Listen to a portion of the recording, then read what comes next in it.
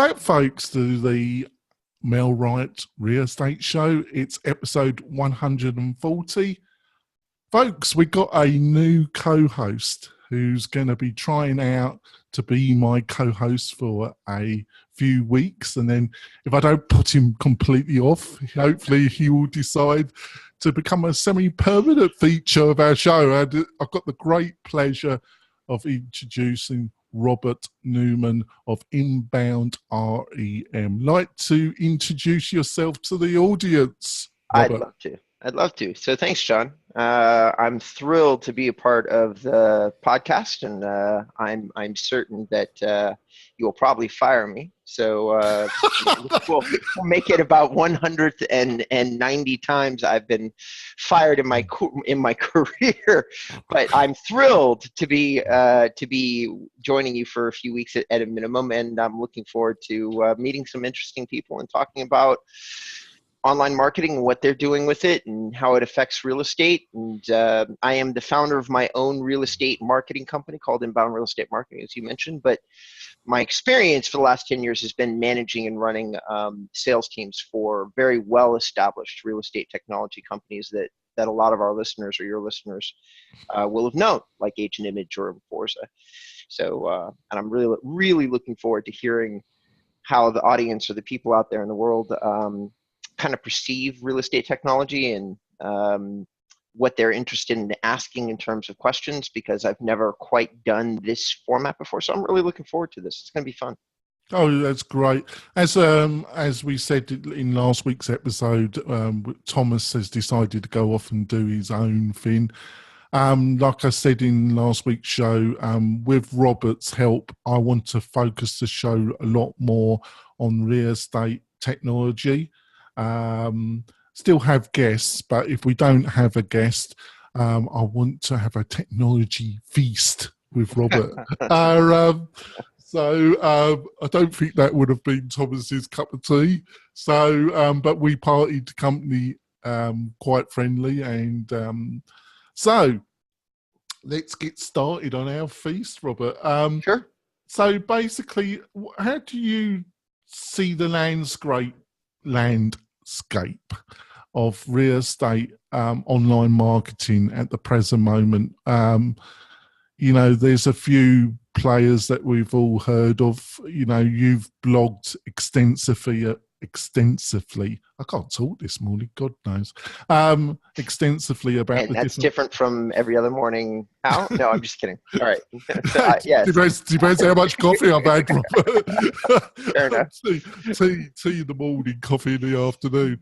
I'm not on my third cup actually, because we're doing this a little bit earlier. So basically, how do you see the landscape at the present moment in 2018? Well, I think that I see it differently than the way everybody else sees it. So I see two big topics that almost everybody brings up, which is video, YouTube's place inside real estate marketing, because I get that question literally almost every day, because I still take calls from my business. And then I also see a lot of people talking about, and I'm also researching deeply the concept of how voice searches are going to impact search in general. And because real estate is such a mobile business, it actually impacts this particular vertical a lot more than other verticals. Though the interesting thing is that since voice searches are very much a product of SEO, search engine optimization, like the same things that you'd have to do to optimize your site are the same things that would make you place well inside of voice search, I discover that it's really a topic that very few real estate professionals are prepared to talk about. So it's not that they don't understand it's important, they're bringing it up to me. But when I explain to them what is required to perhaps rank in voice search, they seem to be thrown back a bit. And I'm really looking forward through this show and any other avenue that I can, because voice search is so bleeding edge, I probably am not going to blog about it. So I'm looking forward to this medium to talk about it, and other things that are just a little more bleeding edge that I can't really justify spending the time on in terms of writing an article about it. Yeah, So, I totally agree with you there. Voice search increasingly is becoming important. The three areas which I think there's some real interest for real estate professionals trying to look to get more quality leads. There's three areas online: voice that you've just mentioned, video, but more around live video on Facebook, YouTube, and then Messenger on Facebook, and what some people are doing on Messenger, and also text messaging. But I've personally got a little bit of, I personally don't like companies texting me on my phone, really. So I've got a little bit of oblivience to that. So those three areas I've just mentioned, do you think I'm correct that they might be three areas that might be most interesting in 2018? yeah, I mean, yeah, I think they're all worth talking about. Most interesting. As a marketer, when somebody starts throwing around like what is most interesting, I'm always like I just did right now, like I'm always inclined to look up the actual statistics and see where, for me it's all about search and driving traffic from one place to the other. So I'm always like looking at my numbers, looking at my statistics. 20% of, so you're seeing text messaging. I think that text messaging is an important part of a response-driven marketing campaign, but I think it's being automated a lot. I think there's a lot of good AI programs out there, bots, things like that. So I think it is, which means that I agree with what you said. I do think we should be discussing it on both the show and in life, but I think it's one of those things that is less and less impactful as it becomes saturated marketing technique. You called it out yourself. You said, hey, I'm getting a lot of texts. I ignore texts on my phone, and you're saying you don't like them. So we're two people who are business owners who are our clients are the same way. They're real estate agents. Their numbers are published. So of course they're getting overwhelmed with text messages. I don't actually get a lot. I get about 2 or 3 companies that I've got subscriptions with that consistently send them to me, and I wish they wouldn't. I wish I could find some ways to communicate. I think for initial touch, it's fine. Maybe one, somebody signed up something and you send them one. And if they don't respond to it, your automation system should have the intelligence not to keep bombarding them. I think it's when you've got a system that doesn't have that intelligence and they keep sending you ones, and it's obvious you're not interested. That's when it becomes painful. Right. Well, I would think that it would be interesting to see somebody weigh in on, give me a second, I'm posting our Facebook Live link on my Facebook page here. Let's see here, publish. All right, there we go. I would think that I would be interested to hear what real estate people say, like about their own receiving text messages. But I have to believe that text messaging in terms of a real estate agent is very important. I certainly coach my clients as part of their response method to text. And all the big CRMs like Real Geeks and things like that, they include an automated text system within their product. So it's definitely a part of yes. So yes, I guess it's going to be a part of our dialogue for the year. I wish it didn't have to be, though. I guess if I had to say something, I would say I wish that it wasn't necessarily necessary. In what way do you think there's more fundamental things that a real estate who's looking to build up leads from their online activity can be doing that they should be focusing more on? Oh God, that's the easiest thing in the world, and I'm gonna get up on every platform that I've got and keep saying the same thing, which is hyperlocal video that is uploaded to YouTube.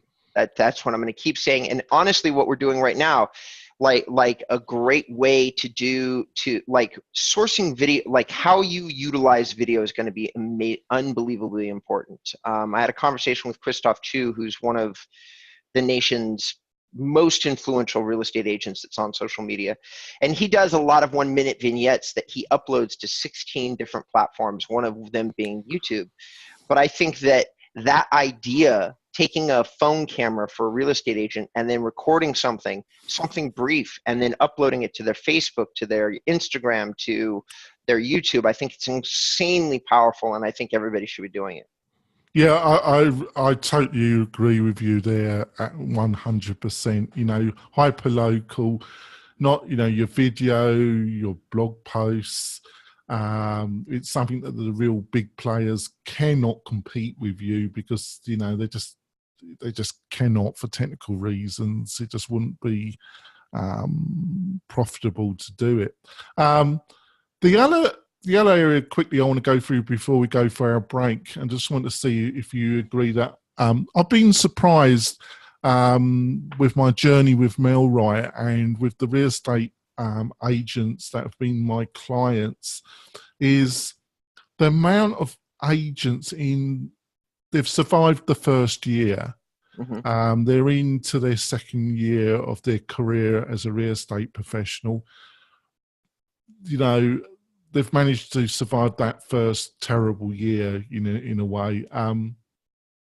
But they're still not building their database. They still have no methodology to build up their database. And we've had to help them with the Melrite, you know, coaching and, you know, just supporting them in, you know, your number one thing is to get leads, to get commission checks, but secondly is to build your database. And I've just been amazed at the amount of agents that don't really focus on that. Mm-hmm. Is that something that I should be surprised, or, you know, is it just the people I've been talking to, or is that just a general thing? I think that real estate agents and brokers, they have a very hard time focusing on anything that isn't going to result in revenue today. And you're talking about a long-term investment. Many real estate agents and brokers actually have the ability to build a database, but they essentially don't even track the information that they're paying for, that they're collecting through, let's say, call it Zillow. So they get something sent to them. They go, oh, this is junk, because they can't get a hold of it. And then they throw it away. Whereas that could be a valuable lead. It could be you or me, and we just don't want to talk to them. Like, we know exactly what they're doing. Like, we don't want to necessarily speak to them, but I'm qualified. I can buy a house. So why would you throw my name away? If you maybe start sending me some kind of information that might interest me, I am still a viable prospect, because at some point I registered with some form of marketing that's connected to you. But they don't nurture it, or they think that the fact that their customer gets property updates is quote unquote nurturing. It's really not. So database marketing is something that, yes, I encounter it all the time where people aren't doing it. Yes, they should be. And it is always surprising to me that that there isn't more of it. Yeah, that's the one thing I've been looking back on my 2.5 years, is that's been the biggest surprise to me, is the total lack. You know, and I see it's kind of 101 of real estate marketing in 2018 is getting yourself out there and building up your database. They're the two major things. If you're in that, after that first year, you're still in the hustle. Well, the hustle will always be there, but you know, you've really got to be moving, haven't you?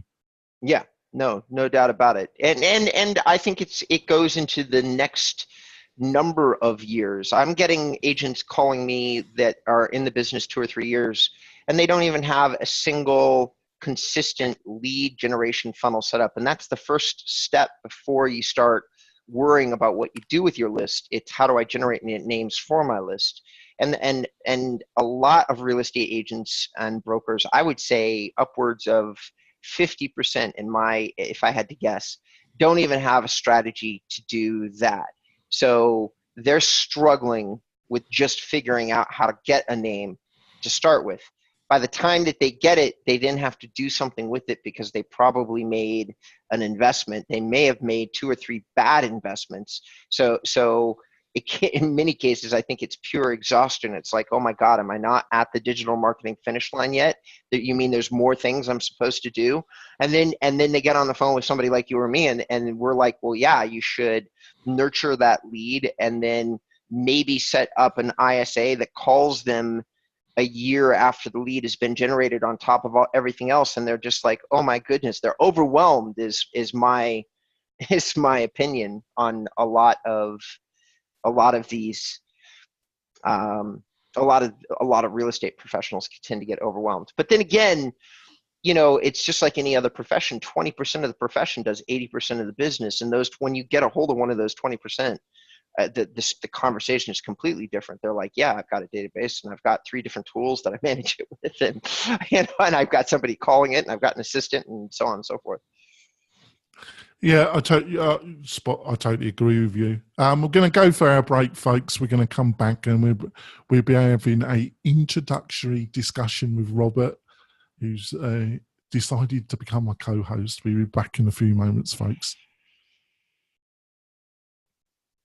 We're coming back. We've had a feast of high-tech online marketing on Tuesday morning. Hopefully, some coffee. Go ahead. Yeah, I've got my tea, actually. Actually, it's more caffeine in tea than coffee, actually. I believe it. Yeah. Another thing that struck me is going to be a little bit controversial here. I didn't understand the models of a lot of regional brokerages where the model is to get a lot of part-time agents and get about 5 to 6 sales out of those agents, and just have a very large group of agents and not invest a tremendous amount of money or time in supporting those agents. Sure. And that model, I can't really see that model continue having a long-term future. Am I right about that, or am I just deluding myself? I think that the number one purveyor of that model, which is Keller Williams, I think they've realized that they have, I think there's now 183,000 Keller Williams agents in the United States, which means that over 10% of the people that are in the real estate profession are working for Keller Williams.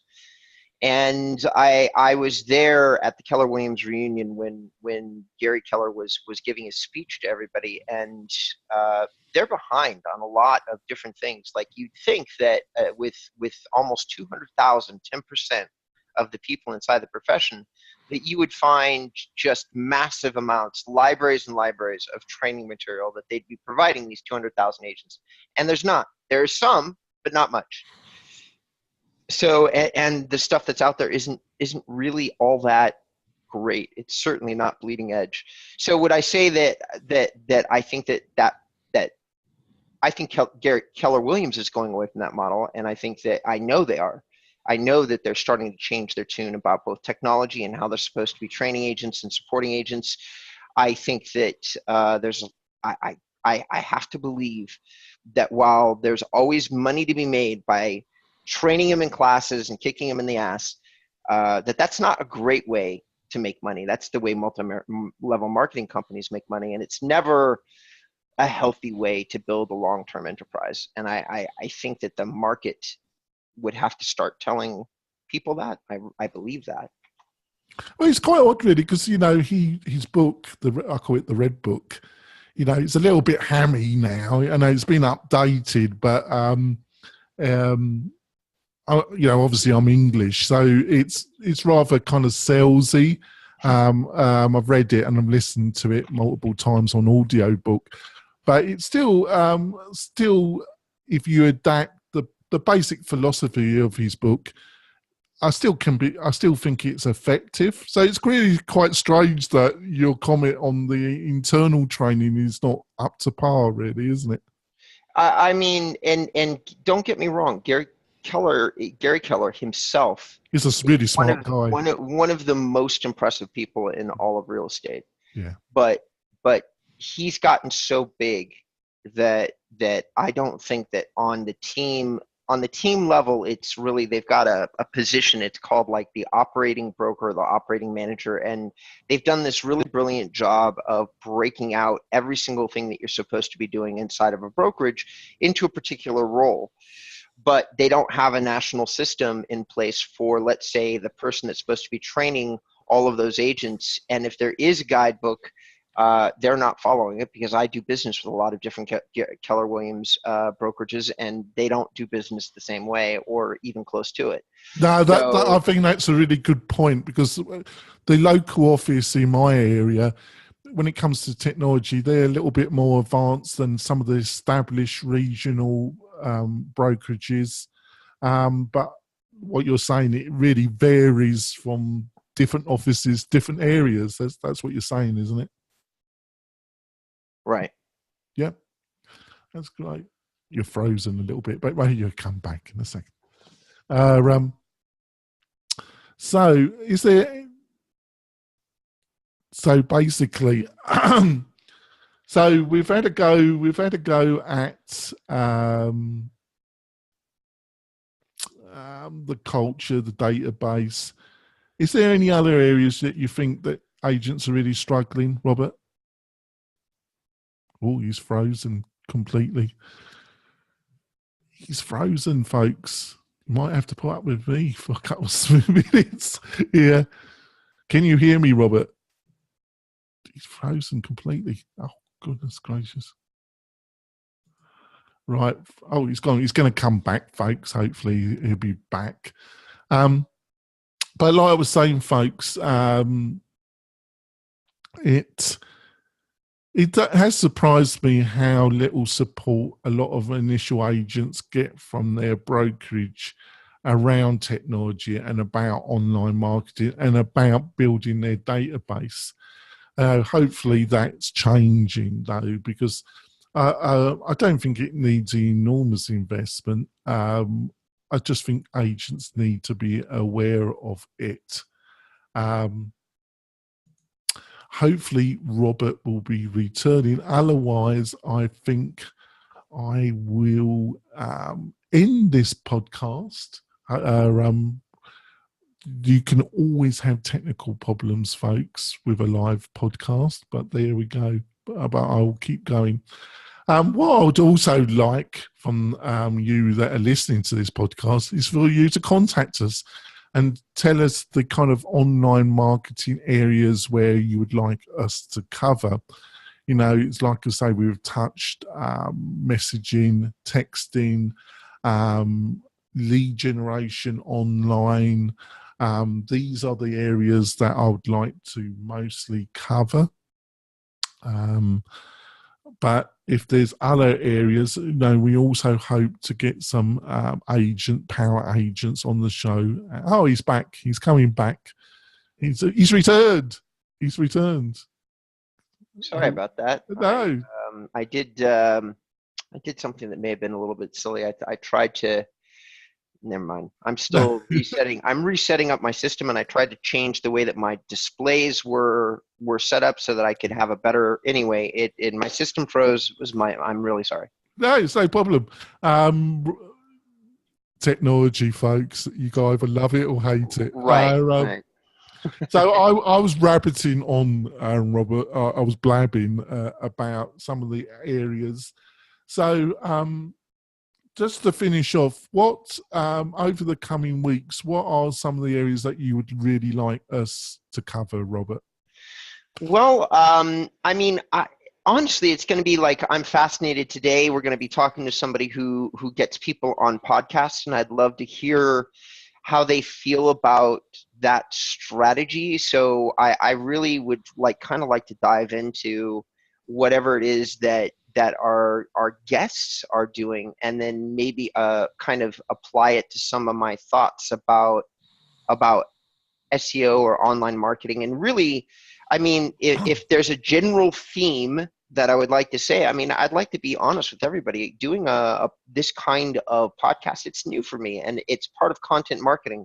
And I really would like to kind of just have the conversation about creating something that our audience, creating something for themselves that, in general, that people can engage with. And there's so many different ways to do it. We can record it. They can do podcasts. They can do videos. They can do, I mean, there's so much. Like, you don't need to be, I'm a big believer in trying to educate people that it's okay to be a guerrilla marketer inside real estate. And all you need to do that is just a phone and 10 minutes a day. That's it.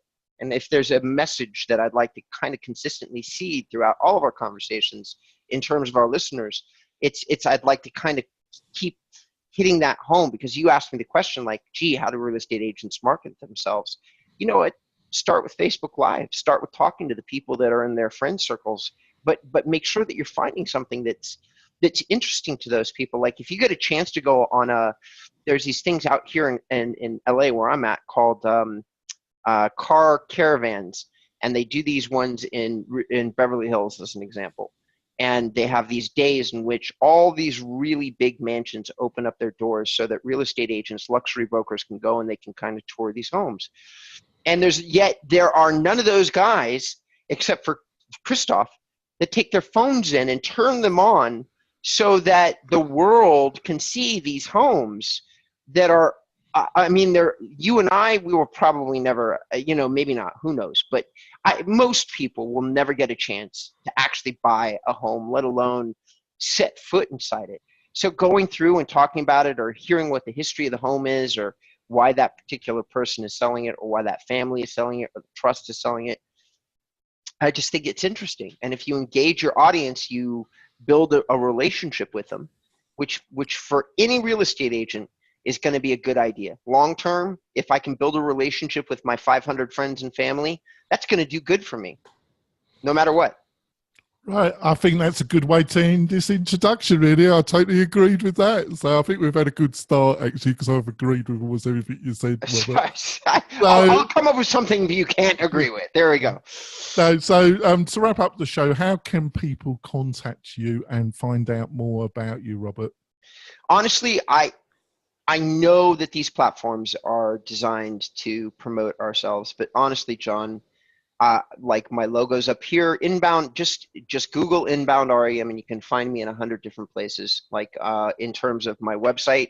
And that's probably the only way that I'd want somebody to look me up. They can, if they wanted to, contact me off the site, but I do long-term inbound marketing as my service side of my business.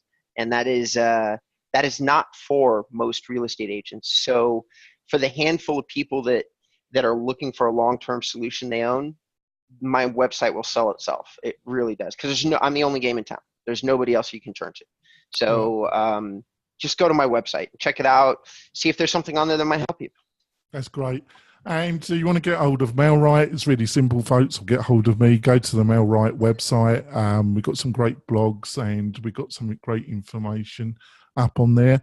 And we'll be back next week with a guest, and we'll see you soon. See you later, folks. Bye.